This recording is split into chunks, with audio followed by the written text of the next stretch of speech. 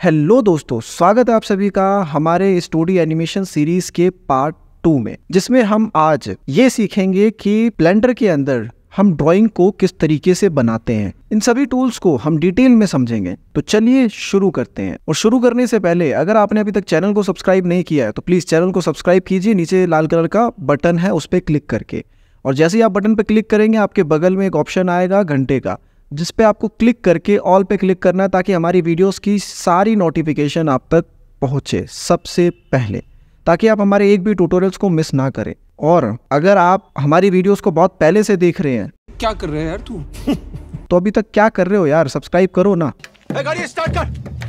तो जैसा कि मैंने आपको बताया था कि जैसे हम ब्लेंडर ओपन करते हैं, ये फ्रंट में हमारे पास पॉपअप आता है जिसमें हम चूज करते हैं कि हमें किस टाइप का काम ब्लेंडर के अंदर करना है। आपको जैसा कि पता है कि ब्लेंडर सिर्फ 3D एनिमेशन नहीं करता, 3D एनिमेशन के अलावा 2D animation, sculpting, VFX, video editing, ये सारे फंक्शंस आपको इस अकेले सॉफ्टवेयर के अंदर मिल जाएंगे जो कि फ्री है।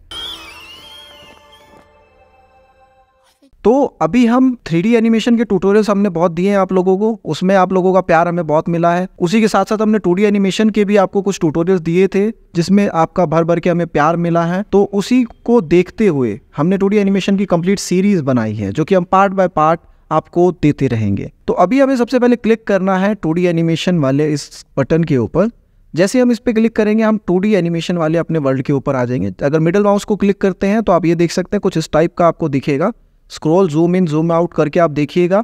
0 प्रेस करके आप कैमरा मोड के अंदर वापस आ सकते हो, या फिर आपके पास एक ऑप्शन और है, यहाँ पे बगल में छोटा सा कैमरा बना हुआ है, इस पर क्लिक करेंगे आप दोबारा अपने इस नॉर्मल मोड पे आ जाएंगे। तो आज हम इन टूल्स के बारे में, जो आपको ये बगल में टूल्स दिख रहे हैं, सभी टूल्स के बारे में जानेंगे कि ये टूल्स एक्चुअली काम कैसे करते हैं और किस टूल से क्या होता है। कुछ एक टूल्स ऐसे होंगे जो जिनके बारे में अभी हम बात नहीं करेंगे, वो जब एनिमेशन हम बनाना शुरू करेंगे उस टाइम पे हम बात करेंगे। अभी सिर्फ मेन जो बेसिक यूज़ वाले, जो डेली बेसिस के यूज़ वाले, अगर आप इसको 2D एनिमेशन करना चाह रहे हैं तो वो टूल्स हम सारे आज क्लियर करेंगे। तो नॉर्मली अगर आप यहाँ पे इसको ओपन करते हैं तो आपके पास कुछ बाय डिफ़ॉल्ट चीज़ें मिलेगी, जैसे कि आपका ये पेज और ये पेन, जिसको अगर आप क्लिक करके आप ड्रॉ करना शुरू करेंगे तो कुछ इस टाइप का आपको ड्राइंग शो होगा जिसमें बहुत ही लाइट कलर है। तो अभी मैं क्या करना चाहता हूँ, देखिए सबसे पहले ऊपर है हमारे पास जो ऑप्शन है ड्रॉ का यूज़ है कि आपको एक पेन मिल जाता है जिसके थ्रू आप इस पेज के ऊपर कुछ भी ड्रॉ कर सकते हैं अपने अपने, चाहे आप तो टैबलेट यूज़ कर रहे हो या फिर आप माउस यूज़ कर रहे हैं उसके थ्रू। अभी मैं माउस यूज़ कर रहा हूँ तो माउस के थ्रू मैं इस तरीके से इसके अंदर ड्रॉ कर सकता। लेकिन अभी आपने देखे होंगे कि अब आप ये मैं कर रहा हूँ, ये बहुत ही लाइट कलर है। अभी आपको ऊपर यहाँ पहला ऑप्शन दिख रहा होगा तो ब्राउज ब्रश है, ये ऑप्शन होते हैं ब्रशेस के। आपको जिस टाइप का स्टाइल चाहिए पेन के लिए, जिस टाइप का स्टाइल चाहिए पेन का, चाहे वो थोड़ा मोटा हो, पतला हो, या कुछ अलग अलग टाइप के, तो यहाँ पे आपको अलग अलग टाइप के पेन के मूवमेंट दिख जाएंगे। तो आप इनको स्टाइल को चूज कर सकते हो। मैं एक एक करके सभी के ड्राइंग आपको दिखाता हूँ कि कौन सा पेन किस तरीके से ड्रॉ करता है। तो इस तरीके से ये सारे पेन अलग अलग तरीके से अपने काम करते हैं। लेकिन मेनली आप कोई भी पेन यूज़ कीजिए, मैटर नहीं करता है, वो अपने रोल के हिसाब से, जैसा आपका डिज़ाइन है, जैसा आपका सीन है, उस हिसाब से आप इनको यूज़ कर सकते हैं। नॉर्मली मैं F पेन को यूज़ करता हूँ। अगर आप नॉर्मल यूज़ करने के लिए चाहते हैं तो F पेन एक नॉर्मल स्ट्रोक आपको देगा आपके ड्राइंग के अंदर। अब यहाँ पे अलग टूल्स हैं। अब हमारे यहाँ पे और ऊपर ये ऑप्शन है रेडियस का। रेडियस क्या करेगा, देखिए अभी आप टाइप मतलब कुछ भी अगर लाइन ड्रॉ करेंगे तो माउस में आपका बहुत छोटा छोटा लाइन मिलेगा, लेकिन जब आपको इसको और थोड़ा सा मोटा करना हो, थोड़ा थिक बनाना हो, तो ये रेडियस का ऑप्शन है, आप इसको इंक्रीज कर सकते हो। तो जितना आप रेडियस को इंक्रीज करते जाओगे उतना ही आपको ब्रश का साइज जो है इंक्रीज होता जाएगा इस तरीके से। इसका एक शॉर्टकट की भी है। अगर आप अपने कीबोर्ड से F प्रेस करते हैं और लेफ्ट हैंड साइड अगर मूव करोगे माउस के तो वो साइज उसका छोटा होगा, और अगर राइट साइड मूव करोगे तो उसका साइज इंक्रीज होगा। कैमरे से बाहर चले जाओगे तो मतलब नहीं हो पाएगा, और अगर आपको उसको छोड़ना है, मतलब कि उतना साइज रखना है कि जितना आपको दिख रहा है यहाँ पे ठीक है, उस हिसाब से आपको बस लेफ्ट क्लिक कर देना है, ये आपको उस साइज के अंदर स्ट्रोक दे देगा।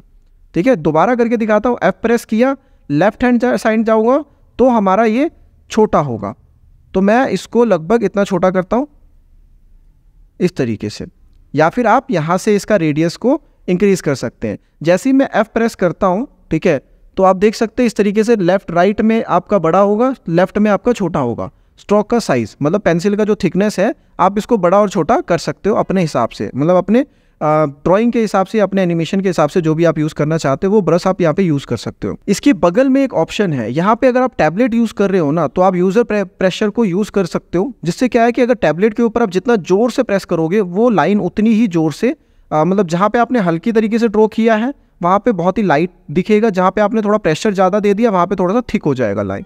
तो अगर आप टैबलेट यूज़ कर रहे हैं तो आप ये ऑप्शन ऑन रख सकते हैं। नॉर्मली अगर माउस से कर रहे हो तो ये ऑन रखो ऑफ रखो कोई फ़र्क नहीं पड़ता आपको।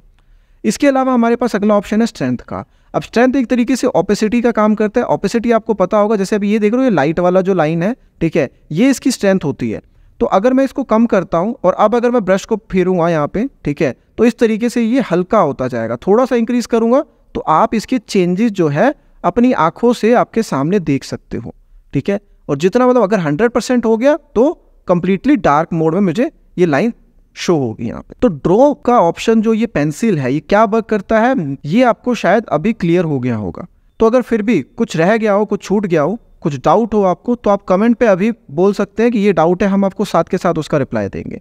अगले ऑप्शन पे अब देखिए हमने इतनी सारी चीज़ें ड्रॉ तो कर दी, लेकिन अब नॉर्मली अगर हम ड्राइंग कर रहे होते तो हमें रबड़ की भी जरूरत पड़ती है, इरेजर की जरूरत पड़ती है, जिससे कि हम इसको मिटा सके कोई चीज़ अगर गलत हो जाए तो। यहाँ पे हमारे पास इरेजर ऑल्सो हमें मिल जाएगा। इरेजर पे जैसे ही क्लिक करोगे यहाँ पे सेम ऑप्शन है किस टाइप का इरेजर चाहिए, ठीक है, लेकिन अभी नॉर्मली हम इरेजर्स को थोड़ा सा यूज़ करके आपको मैं बताऊँगा।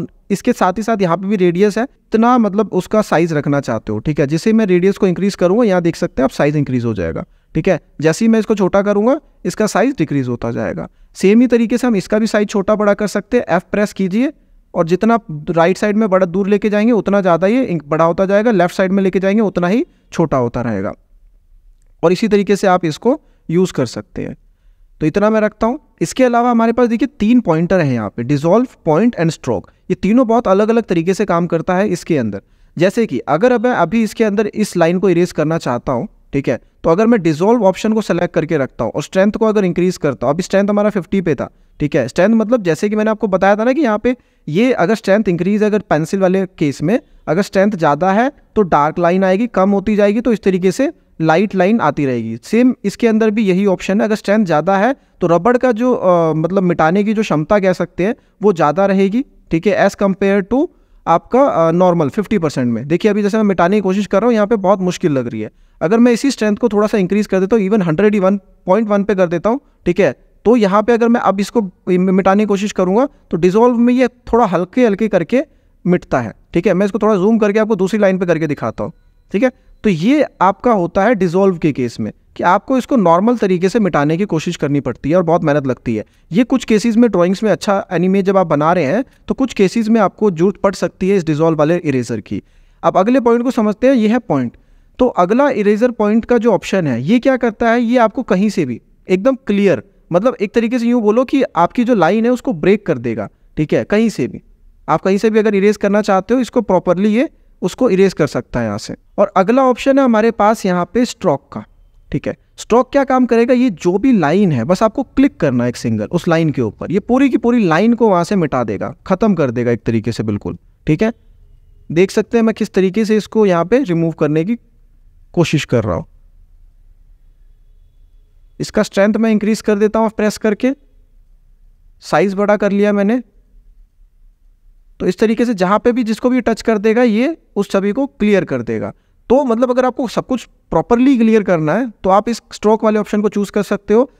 बीच बीच में से ब्रेक करना है, एग्जांपल के लिए दोबारा मैं आपको बता देता हूँ। यहाँ मैंने अगर मान लो पेंसिल ये सर्कल ड्रॉ कर दिया है, ठीक है। अब इरेजर के थ्रू मैं चाहता हूँ कि इस सर्कल के बीच में यहाँ पे और यहाँ पे गैप रहे, ठीक है। तो मैं इस तरीके से पॉइंट को यूज़ करके इस तरीके से इरेजर को यूज़ कर सकता हूँ।